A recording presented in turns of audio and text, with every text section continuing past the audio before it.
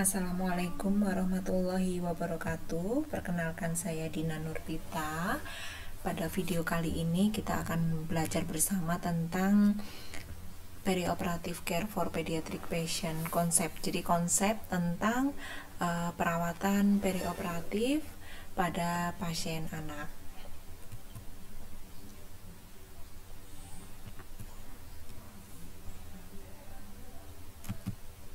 Nah, ini outline kita yang akan kita pelajari, mulai dari tahapan perioperatif, kemudian ada pemeriksaan penunjang yang harus dilakukan sebelum tindakan operasi, premedikasinya apa aja, kemudian persiapan perioperatif, dan juga persiapan perioperatif pada kondisi khusus ya, pada anak dengan kondisi khusus. Kemudian kita akan bahas juga asuhan keperawatannya.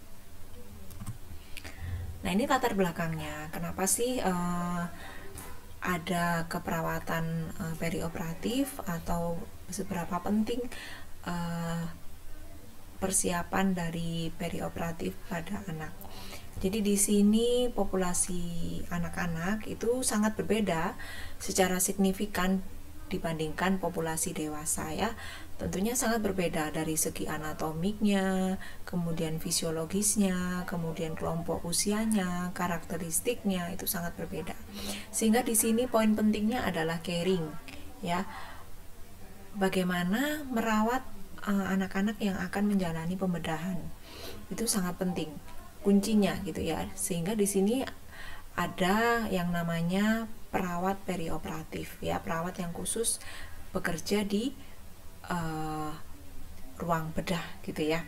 Nah, di sini merawat anak-anak yang akan menjalani pembedahan, baik itu akan sedang menjalani pembedahan ataupun pasca menjalani pembedahan, itu sangat menantang dan juga tentunya sangat memberikan manfaat tersendiri bagi anak-anak kalau kita memberikannya perawatannya tepat gitu ya, sesuai. Nah, di sini apa sih yang perlu kita perhatikan pada populasi anak ketika akan menjalani prosedur pembedahan? Jadi di sini perbedaan ya antara anatomi fisiologi anak itu sangat berbeda dengan dewasa, sehingga itu yang membedakan bagaimana kita merawat pasien-pasien anak yang akan menjalani pembedahan. Kemudian tahap perkembangan anak. Ketika kita menghadapi anak usia neonatus ya, bayi baru lahir akan menjalani operasi area pencernaannya, maka kita harus perhatikan tentunya sangat berbeda ketika kita merawat anak-anak yang akan menjalani pembedahan pada anak yang usia remaja, misalnya usia-usia sekolah. Tentu akan berbeda, tantangannya tersendiri gitu ya. Kemudian kebutuhannya anak itu saat menjalani pembedahan itu unik ya. Mereka minta ditemenin orang tuanya, mereka mau perawatnya itu tidak pakai baju putih-putih, mereka mau pakai musik dulu sebelum masuk ke kamar operasi, misalnya seperti itu. Nah, di sini peran perawat perioperatif itu sangat penting, di mana mereka harus bisa merumuskan rencana intervensi keperawatan yang sesuai ya, sehingga di sini akan menghasilkan kualitas yang baik, kemudian dapat memberikan perawatan yang aman bagi anak-anak yang akan menjalani pembedahan. Nah, ini tahapan dalam keperawatan perioperatif ya. Itu ada preoperatif, intraoperatif, dan postoperatif. Kita bahas satu-satu. Di sini perawatan preoperatif. Berarti kalau perawatan preoperatif itu ketika kita menerima pasien, boleh masuknya dari IGD ataupun dari poli gitu ya. Kita menerima pasien sampai dia menjalani persiapan sebelum masuk ke ruang OKA ya, atau kamar operasi, maka itu dinamakan dengan perawatan preoperatif ya. Bagaimana kita memberikan perawatan preoperatif? Itu kita harus memperhatikan segala persiapan, bukan hanya anaknya, karena kita family center care ya kalau pada anak-anak ya. Selain pada anaknya juga kita persiapkan orang tuanya, dan juga pengasuhnya kalau memang ada pengasuhnya ya. Kemudian apa saja yang perlu kita evaluasi selama di tahap preoperatif, yaitu diantaranya kita juga perlu tanyakan riwayat kesehatan saat ini, riwayat kesehatan masa lalu, ada alergi atau tidak, alergi makanan, alergi obat-obatan, kemudian berat badan yang akurat. Nah ini sangat penting, berat badannya bukan berat badan dulu waktu kontrol sebulan yang lalu. Jadi berat badannya saat ini ya saat akan menjalani operasi, karena berat badan pada anak itu sangat menentukan dosis obat yang akan diberikan, baik itu obat anestesi maupun obat-obatan lainnya.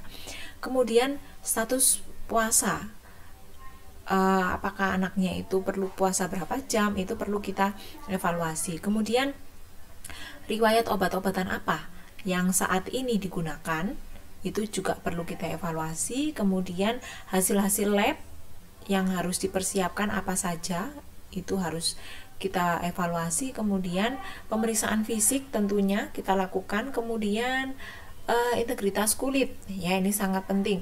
Ini perlu kita perhatikan karena mengingat ketika nanti pasca dioperasi tentunya anak masih belum bisa mobilisasi dengan penuh gitu ya, sehingga harus dirabaring. Sehingga ini perlu kita perhatikan apakah ada resiko gangguan integritas kulit pada anak, terutama kita pada anak-anak dengan malnutrisi ya, kurang gizi seperti itu. Maka kita harus perhatikan, oh anak ini kurang gizi nih dari awal mau dilakukan pembedahan, sehingga kita perhatikan ketika nanti pasca operasi maka kita harus sering berikan mobilisasi kanan kiri gitu ya. Kemudian ada vital sign ya, tanda-tanda vital, nanti ada di slide berikutnya. Itu kita pastikan tanda-tanda vitalnya itu stabil. Kemudian kita berikan tanda pada tubuh yang akan dilakukan pembedahan. Kemudian kita juga perlu perhatikan ansietas pada pasien, orang tua maupun pengasuh dari anak ya. Seberapa ansietas pasiennya itu mengalami kecemasan ataupun orang tuanya. Nah ini ya, kita perlu perhatikan juga mulai dari frekuensi nafasnya, frekuensi nadinya, dan juga tekanan darah sistolnya sebelum menjalani operasi, terutama pada tekanan darah tinggi ya, itu tidak boleh ya menjadi kontraindikasi untuk menjalani pembedahan. Kalau tekanan darahnya masih tinggi maka kita harus stabilkan dulu. Oke, di sini di dalam tahap preoperatif kita harus melakukan ya, sebenarnya ini bukan tugas perawat ya, sebenarnya adalah dokter anestesinya, tetapi kita tahu sendiri bahwa perawat itu 24 jam berada di samping pasien. Maka perawat-perawat yang bekerja di perioperatif maka harus memahami ya, karena dokter biasanya mendelegasikan tugasnya itu ke perawat, jadi sehingga perawat itu juga harus paham ya. Ini menurut Kemenkes ya, jadi di dalam Kemenkes itu membuat peraturan tentang pedoman anestesi pada populasi pediatrik atau anak. Jadi ketika sebelum pembedahan maka harus apa saja sih yang harus dilakukan? Di sini melakukan peninjauan pada rekam medik. Jadi supaya kita kenalan dulu sama pasiennya. Pasiennya ini riwayatnya seperti apa? Sebenarnya dia mau operasi apa? Kemudian udah sering kontrol ke sini apa belum?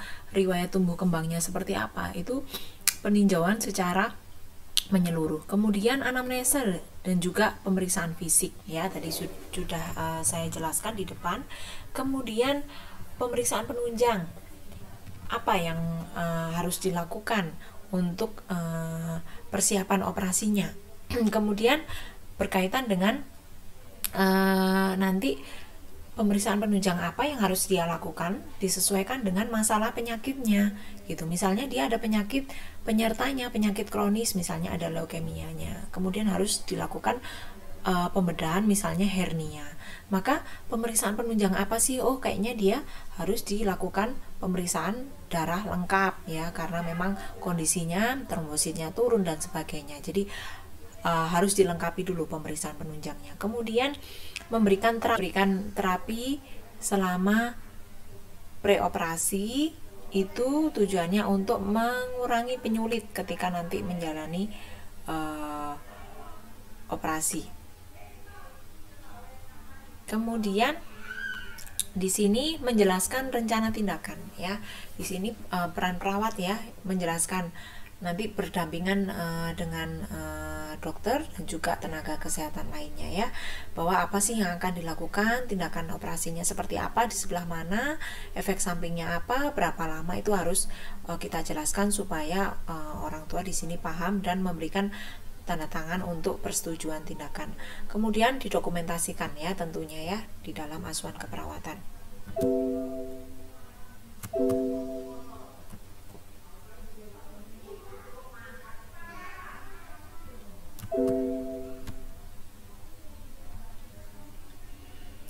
Nah, di sini kita masuk ke tahap intraoperatif. Di sini lebih unik lagi ya tantangannya. Jadi RN circulator ini maksudnya adalah perawat yang bekerja di dalam kamar OK atau kamar operasi. Ya, ini sebagai advokat. Kenapa sih kok sebagai advokat? Maka di sini perawat yang bekerja di OK itu dituntut untuk paham, mengetahui tentang apa saja risiko yang berkaitan dengan prosedur pembedahan yang ada pada anak. Kemudian harus paham alat-alatnya itu apa aja dan sesuai dengan usia anak. Misalnya bayi, berarti alat-alatnya juga disesuaikan, ukurannya harus sesuai dengan bayi, kayak gitu ya, jangan sampai keliru. Ini yang tahu adalah perawat OK. Kemudian bisa bekerja sama dengan baik dengan dokter anestesinya ya, mulai dari intubasi, kemudian pemasangan jalur intravena, itu semuanya perawat harus bisa gitu ya. Kemudian juga bisa memberikan posisi yang tepat, kemudian melakukan perawatan kulit, kemudian bagaimana mempersiapkan ininya ya, lokasi dari pembedahannya, kemudian memastikan termoregulasinya, itu adalah tugas dari perawat OK. Kemudian di akhir operasi ini perawat juga harus bisa melakukan apa saja gitu ya. Ketika operasi sudah selesai, maka bukan selesai juga tanggung jawabnya, tapi masih ada lagi, yaitu memastikan pasien ini pulih ya, karena ketika intraoperasi atau intraoperatif ini pasien kan diberikan anestesi ya, tidak sadar sementara ya, maka kita harus memastikan pasien ini sampai sadar dengan cara memberikan terapi oksigen, kemudian memberikan pemulih pelumpuh otot ya, dan juga memberikan injeksi anti nyeri pasca operasi, karena begitu anestesinya habis ya, obat sedatifnya habis, maka akan pasti timbul rasa nyeri. Bagaimana meminimalisir rasa nyeri itu adalah tugasnya perawat ya, dengan cara memberikan udah persiapan diinjeksi analgesik. Kemudian ekstubasi, kalau misalnya pasien tadi memang diintubasi ya, dipasang ETT, kemudian maka kapan sih pasien ini bisa diekstubasi ya? Apakah setelah pasien sudah sadar penuh atau ketika sudah ada refleks sedikit maka bisa diekstubasi. Nah, kemudian kita ke tahap yang terakhir yaitu postoperatif ya, pasca operasi. Itu di sini fokusnya adalah bagaimana kita memberikan tindakan-tindakan yang aman, karena ini high risk ya, risikonya sangat tinggi ya. Pasien bisa mengalami perdarahan pasca operasi, bisa mengalami tidak sadar ya. Jadi ini tantangan lagi ya bagi perawat-perawat perioperatif. Nah, di sini harus kembali lagi monitoring ya, dan juga menyiapkan alat-alat emergensi. Misalnya alat-alat resusitasi, kemudian masker wajah, suction, oksigen, itu harus disesuaikan dengan usia anak. Jangan sampai yang kita siapkan dari bednya pasien lain yang belum diambil nih, misalnya minggu lalu ada ditempati oleh pasien remaja, ternyata saat ini pasiennya neonatus kayak gitu ya, jadi harus disesuaikan.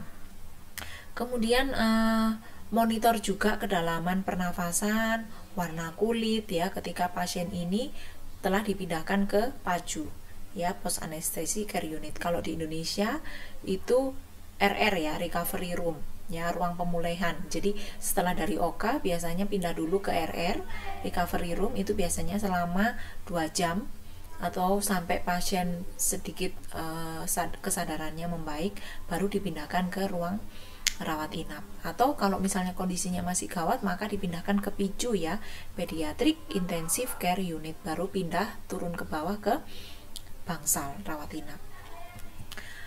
Nah, ini prosedurnya apa aja kalau sudah tindakan operasi? Tetap memberikan terapi oksigen ya. Kemudian tanda-tanda vital harus tetap dipantau ya.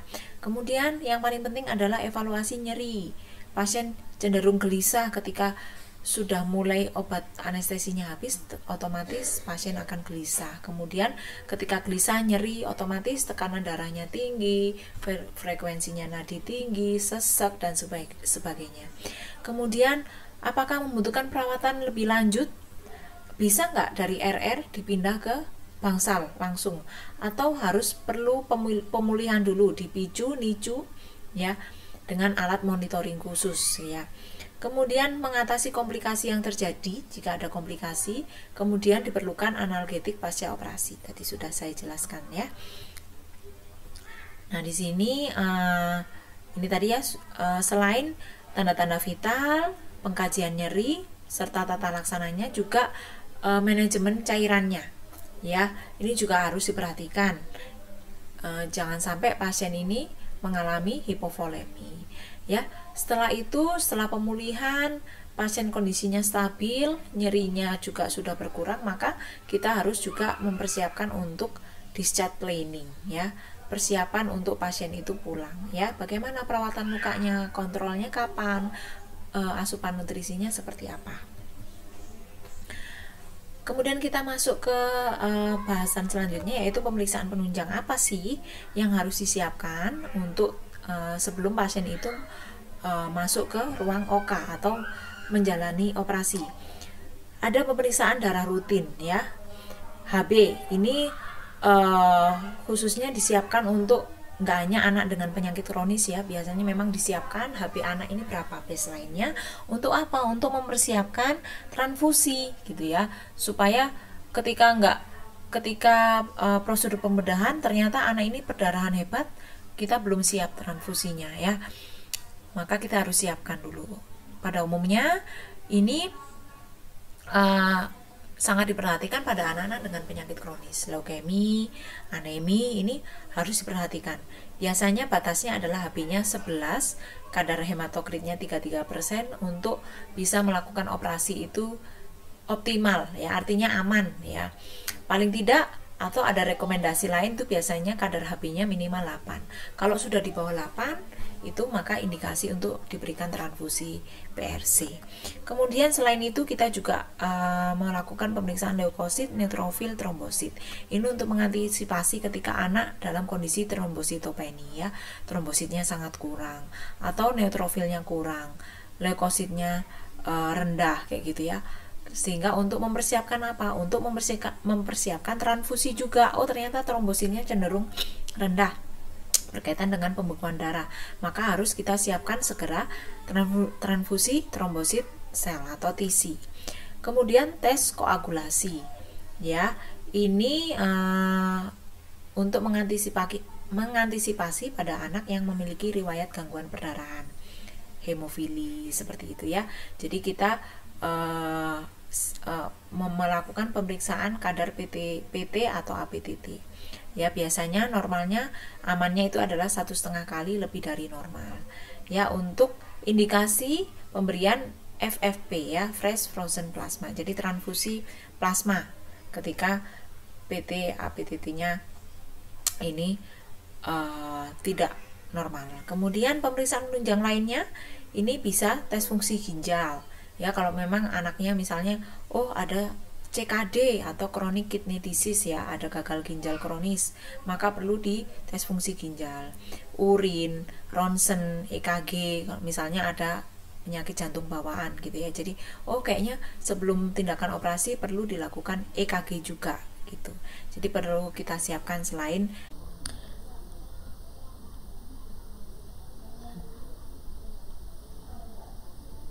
selanjutnya premedikasinya. Tujuannya apa sih? Ini membuat penderita di ruang operasi menjadi tenang dan nyaman. Jadi obat-obatan apa yang kita berikan supaya anak ini kecemasannya berkurang, bisa tenang menjalani operasi. Sehingga kalau tenang kan tekanan darahnya stabil, kemudian frekuensi nadinya stabil gitu ya. Premedikasinya meliputi pemasangan IV line ya. Bila infusnya belum terpasang, maka pastikan infus ini berjalan lancar. Dicek dulu pembuluh darahnya gampang pecah nggak gitu. Kemudian tetesannya lancar nggak, sehingga ketika nanti selama operasi misalnya butuh cairan yang banyak untuk menggantikan perdarahan, itu tetesannya bisa lancar ya. Jadi kita siapkan dulu. Kemudian pemasangan alat monitor. Butuh monitor untuk jantung misalnya. Itu kita pasang, pastikan alat berjalan dengan baik. Anak perlu sedatif enggak? Misalnya anak ini sangat cemas sekali, takut ketika akan dia tahu kalau akan dilakukan operasi sehingga sangat cemas, maka mungkin bisa dipertimbangkan untuk diberikan midazolam ya sebagai sedatif penenang.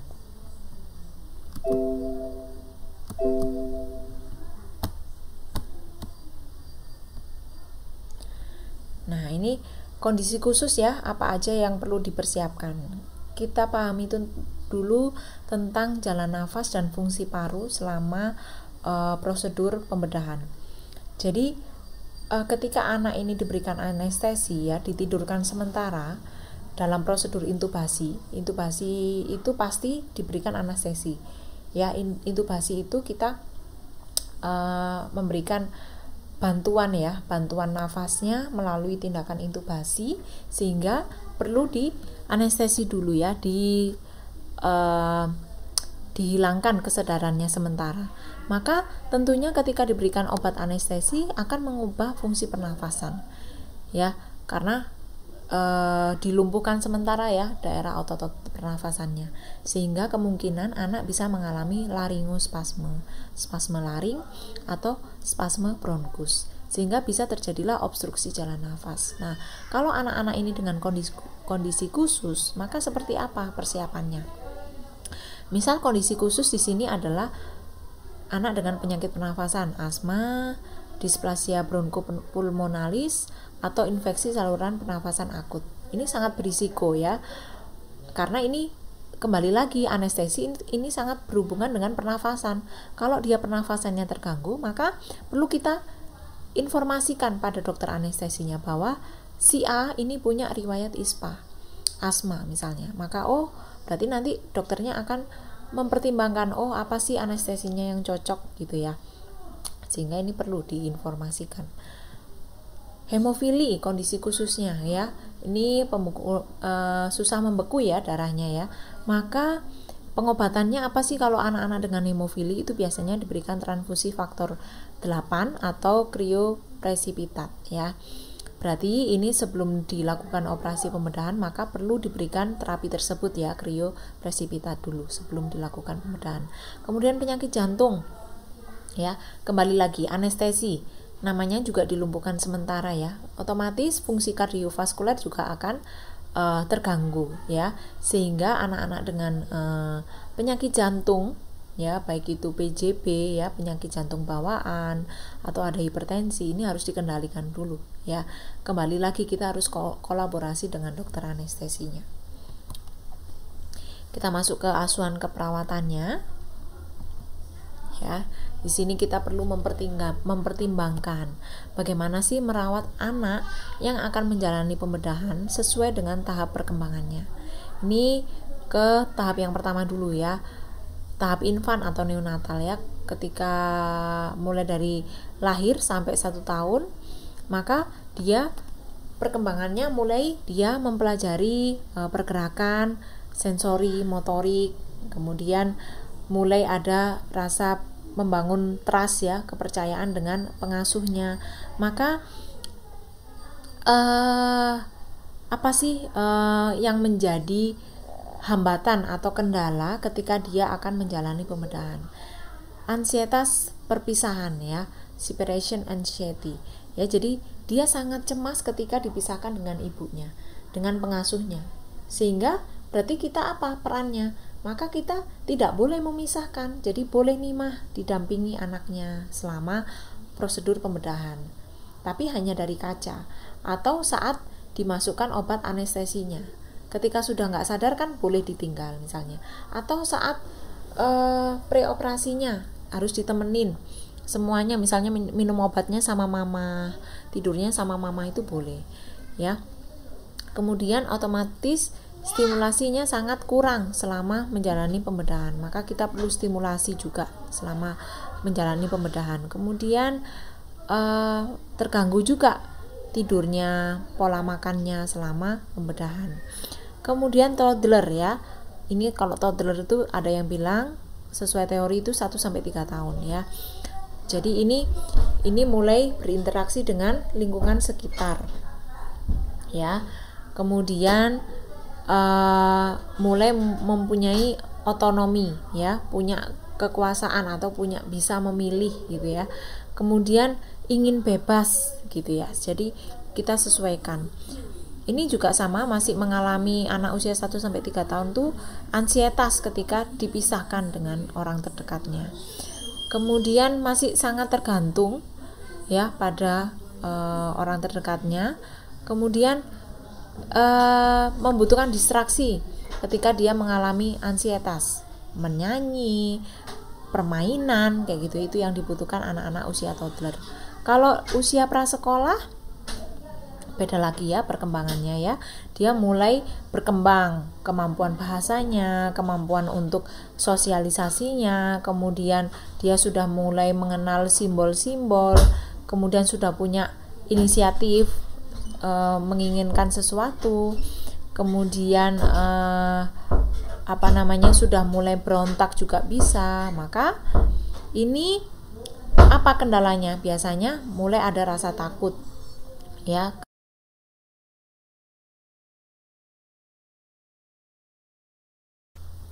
Baik, saya lanjutkan untuk pendekatan pada anak usia sekolah ya, 6-11 tahun. Di sini anak sudah mulai punya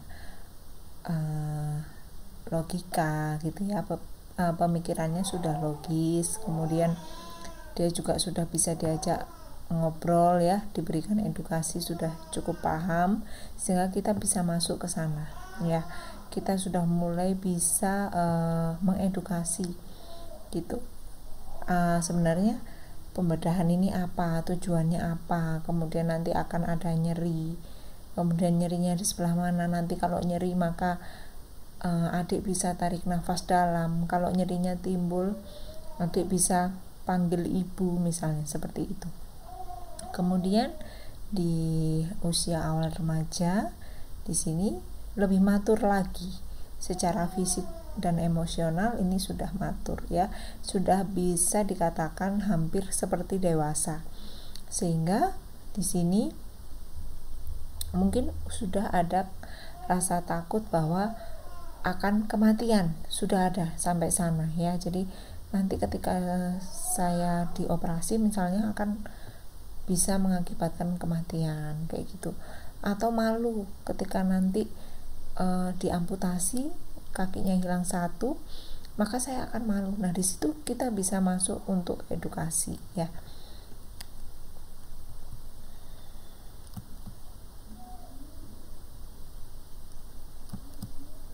Oke, kita masuk ke pengkajian. Jadi yang kita kaji adalah keluhan utamanya. Biasanya keluhan utamanya adalah ada benjolan di bagian mana, benjolan nyeri atau tidak. Nah, untuk keluhan utama ini kita kaji secara menyeluruh ya, mulai dari durasinya, kemudian berapa lama, kemudian makin berat apa enggak ketika untuk aktivitas, kemudian riwayat penyakit sekarang maupun riwayat penyakit dahulu itu juga kita kaji ya, karena ini sangat berhubungan dengan keberhasilan operasi. Riwayat operasi sebelumnya, kemudian pernah pakai obat-obatan apa, itu juga perlu kita kaji. Kemudian kondisi lain, ada nggak sesek, kemudian sianosis, ada riwayat perdarahan yang sukar berhenti apa tidak, itu juga perlu kita kaji. Kemudian jika anak tersebut punya penyakit kongenital atau keganasan genetik, maka kita kaji juga riwayat penyakit keluarganya. Untuk pemeriksaan fisik ini tidak hanya fokus ke daerah yang akan dioperasi ya, tapi secara menyeluruh.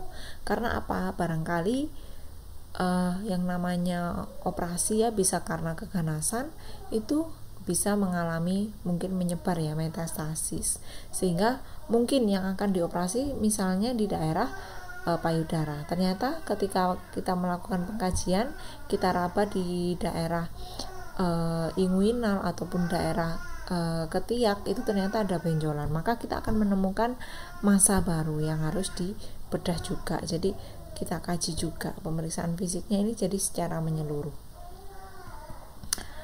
Oke, kita masuk diagnosa keperawatan yang mungkin muncul. Di sini diagnosa keperawatan berarti ada dua ya, ada diagnosa keperawatan sebelum pembedahan dan pasca operasi ya.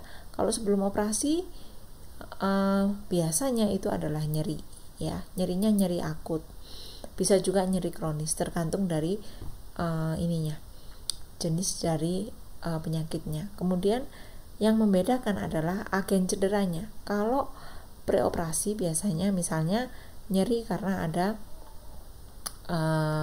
benjolan di kaki ya, nyerinya cenut-cenut, berarti dia agen cederanya biologis ya, karena ada mungkin inflamasi dan sebagainya.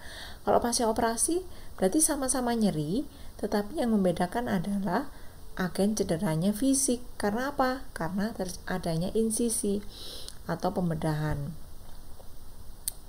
sehingga nanti tata laksananya juga akan berbeda. Kemudian jadi ini diagnosa yang saya munculkan tidak mutlak ya, artinya bisa berubah-ubah sesuai dengan kasus ya. Jadi ini hanya sebagian gambaran aja. Kemudian ada ansietas ya, ini ansietas pada anak. Di awal materi tadi sudah saya sampaikan bahwa hal-hal yang sering dialami saat preoperasi itu adalah ansietas baik anak maupun keluarga, karena mungkin kurang terpapar informasinya ya. Operasinya jam berapa itu nggak diinfokan misalnya, kemudian seperti apa dampaknya nggak diinfokan, atau krisis situasional ya karena adanya prosedur pembedahan. Kemudian kalau pasca operasi biasanya anak akan mengalami kesulitan mobilisasi ya, nggak bisa miring kanan miring kiri karena takut nyeri ya, sehingga kita bisa memprioritaskan diagnosa gangguan mobilitas fisik. Kemudian di sini untuk pain manajemennya pasca operasi kita bisa farmakologis dan juga non farmakologis ya. Untuk farmakologis kita berikan obat-obatan narkotik ya untuk menghilangkan rasa nyeri yang diberikan secara intravena. Nah, pada masa atau ketika anak memasuki periode pasca operasi, anak kan masuk tuh di ruang RR ya, recovery room atau ruang pemulihan. Biasanya masih dalam pengaruh obat sedasi ataupun anestesi. Nah, itu masuknya lewat intravena, maka kita sapih ya, titrasinya diatur, dikurangi dosisnya sehingga anak itu bisa lepas dari obat-obatan narkotik, sehingga anak menggunakan obat-obatan analgesik ya, anti nyeri saja yang bisa didapatkan secara oral ya, tidak lagi melalui intravena. Itu farmakologis. Kemudian non farmakologisnya adalah kehadiran orang tua ya. Ini bisa mengurangi kecemasan pada anak, rasa nyeri karena anak merasa dekat dengan orang yang disayanginya. Kemudian distraksi ya, dialihkan atau menggunakan kompres hangat dan kompres dingin. Ini juga bisa dipakai. Kemudian menggunakan masase lembut. Jadi di masase daerah yang habis dioperasi tapi secara lembut. Kemudian kalau ini manajemen non farmakologis dari ansietas preoperasi ya. Jadi bagaimana caranya? Yang pertama adalah preoperative education. Jadi kita memberikan edukasi selama anak itu sebelum masuk ke ruang OK. Ya, waktu persiapan operasi kita edukasi, kita masuk di situ. Dengan cara apa? Bermain. Bermain ini bisa melalui alat boneka atau dongeng kayak gitu ya. Misalnya kita bercerita, kita sesuaikan dengan usianya. Misalnya usianya toddler atau prasekolah, berarti anak cenderung suka bercerita ya. Adik, jadi ini loh bonekanya lagi sakit di perutnya ya, dia harus dioperasi. Dioperasi itu adalah dihilangkan sakitnya dengan cara masuk ke rumah sakit. Nanti perutnya ini diperiksa oleh dokter ya, dihilangin sakitnya. Nanti akan sakit setelah dihilangin sakitnya, nyeri sedikit, tapi nanti kalau nyeri kita bisa tuh latihan nafas dalam, jadi tarik nafas, atau kita bisa dipeluk oleh bunda misalnya ya, seperti itu. Kita bercerita atau orientation tours ya, jadi kita memperkenalkan apa sih prosedur operasinya itu seperti apa, ruangannya di mana, alat-alatnya apa aja, dengan cara berkeliling. Kalau yang saya pernah lihat adalah menggunakan mobil-mobilan remote. Jadi si anak duduk situ, dia mulai masuk di IGD, masuk ke mobil itu, dia keliling rumah sakit ya, lewat ruang persiapan operasi, ruang OK-nya masuk. Oh, di sini loh ruang OK-nya, nanti ruang operasinya di sini. Ada kasur, ada Pak dokternya di sini, ada Bu perawatnya, ada alat-alatnya yang bisa digunakan nanti. Setelah dari sini nanti adik pindah ke ruang pemulihan di sini. Jadi seperti itu. Atau kalau nggak bisa orientation tours, bisa juga melalui video. Ya, di beberapa rumah sakit sudah ada tuh di ruangan persiapan operasi, sembari menunggu jadwal operasi, anak sedang dipersiapkan ya, mulai dari puasa, pemeriksaan. Nah, di situ kesempatan bagi perawat untuk memutarkan video. Jadi sudah diputarkan, jadi anak tinggal tidur di bednya masing-masing. Di depan bednya di kamar sudah ada TV besar ya, di situ bisa diputar videonya ya. Ada boneka atau ada anak yang sedang naik mobil, dibawa jalan-jalan keliling rumah sakit untuk bisa tahu, oh nanti saya akan dilakukan juga seperti yang di video tersebut. Kemudian kehadiran orang tua selama prosedur anestesi ini juga diperbolehkan, dianjurkan ya, karena untuk mengurangi kecemasan ketika anak akan dilakukan anestesi ya, baik itu anestesinya lokal, general ya, itu didampingi oleh orang tua. Dengan didampingi anak bisa diberikan motivasi, ayo adik kuat ya, adik habis ini akan dihilangin sakitnya, tapi caranya seperti ini, pakai masker dulu, nanti adik tidur gitu ya. Jadi sambil dibantu juga biasanya orang tua membacakan doa-doa ya, sesuai dengan agamanya. Kemudian teknik distraksi ya, melalui video klip atau games atau bermain dengan menggunakan alat-alat medis, ini juga menjadi distraksi untuk menurunkan ansietas. Nah, ini medianya yang bisa dipakai ya. Jadi boleh anak-anak dikenalkan, oh ini loh stetoskop untuk memeriksa dada, oh ini loh maskernya, nanti dipakai di hidung ya, supaya nafasnya lebih enak. Kemudian kita juga bisa pakai boneka, role modelnya boneka, kemudian sakitnya di sebelah mana kita perban. Jadi seperti ini nanti setelah dioperasi ditutupin pakai perban namanya, supaya apa? Supaya nggak kena debu, supaya cepat sembuh. Nanti kalau sudah cepat sembuh dibuka lagi, nanti kembali lagi seperti semula, sakitnya hilang kayak gitu. Tapi ada prosesnya dek, jadi kita jelaskan pakai boneka.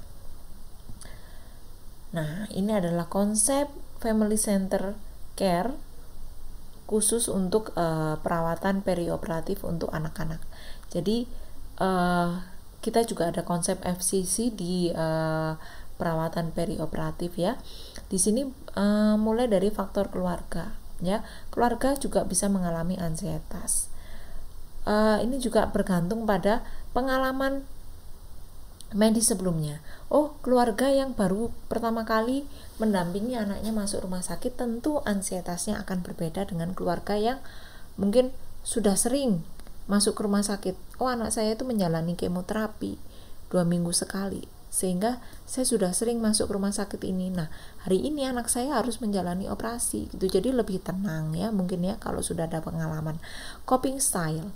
Jadi ini menentukan juga bagaimana cenderung keluarganya, apakah copingnya itu konstruktif atau destruktif.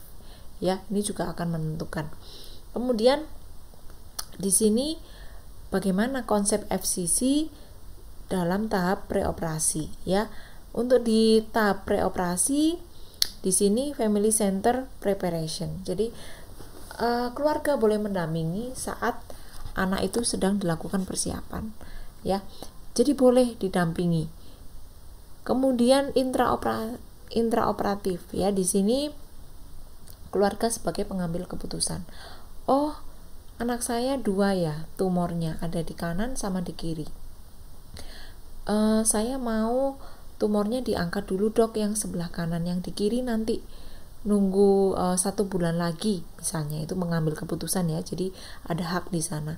Kemudian kehadiran orang tua selama induksi anestesi, seperti yang sudah saya sampaikan bahwa orang tua boleh mendampingi anaknya yang sedang di anestesi. Kemudian pasca operasi itu kehadiran orang tua sangat penting saat masa recovery ya, pemulihan. Begitu juga recovery-nya, ketika recovery-nya di rumah itu juga orang tua ya. Yang nomor 1 untuk support sistemnya ya, yang merawat luka, memandikan, menyuapi kayak gitu ya. Jadi disiapkan semuanya. Nah, di sini didukung oleh faktor dari provider atau rumah sakitnya. Bagaimana style komunikasinya dari tenaga medisnya, sudah menjalani training apa belum, kemudian kebijakan dari rumah sakitnya seperti apa. Boleh nggak misalnya secara teori orang tua boleh mendampingi sampai di anestesi, ternyata peraturan rumah sakit tidak memperbolehkan. Ketika anaknya dioperasi maka orang tua menunggu di luar. Nah, ini boleh orang tua dengan punya inisiatif untuk menanyakan ke rumah sakitnya. Kemudian ini adalah elemen dari family center care di perawatan perioperatif. Yang pertama, menyadari bahwa keluarga itu adalah sesuatu atau sebuah komponen yang konstan dibandingkan dengan personel perioperatif yang variabel. Misalnya gini, jadi keluarga itu sesuka atau dukanya yang kita rasakan, keluarga itu selalu ada pada kita. Tapi kalau personel atau tenaga kesehatan itu akan muncul ketika kita sakit ya, ketika kita di rumah sakit gitu ya, bisa dipahami. Jadi mau nggak mau keluarga itu adalah support system utama gitu. Sehingga kenapa kok pentingnya family center care. Kemudian memfasilitasi antara keluarga dan profesi kesehatan untuk berkolaborasi melalui dengan menghadirkan keluarga itu tadi di dalam ruang operasi. Kemudian menyadari bahwa keluarga itu adalah kekuatan ya, sehingga dengan adanya keluarga ini si anak ini punya coping yang berbeda gitu ya. Anak yang didampingi dengan keluarganya saat akan menjalani operasi dengan yang tidak didampingi, tentu saja copingnya akan berbeda, ansietasnya akan berbeda. Kemudian di sini memastikan bahwa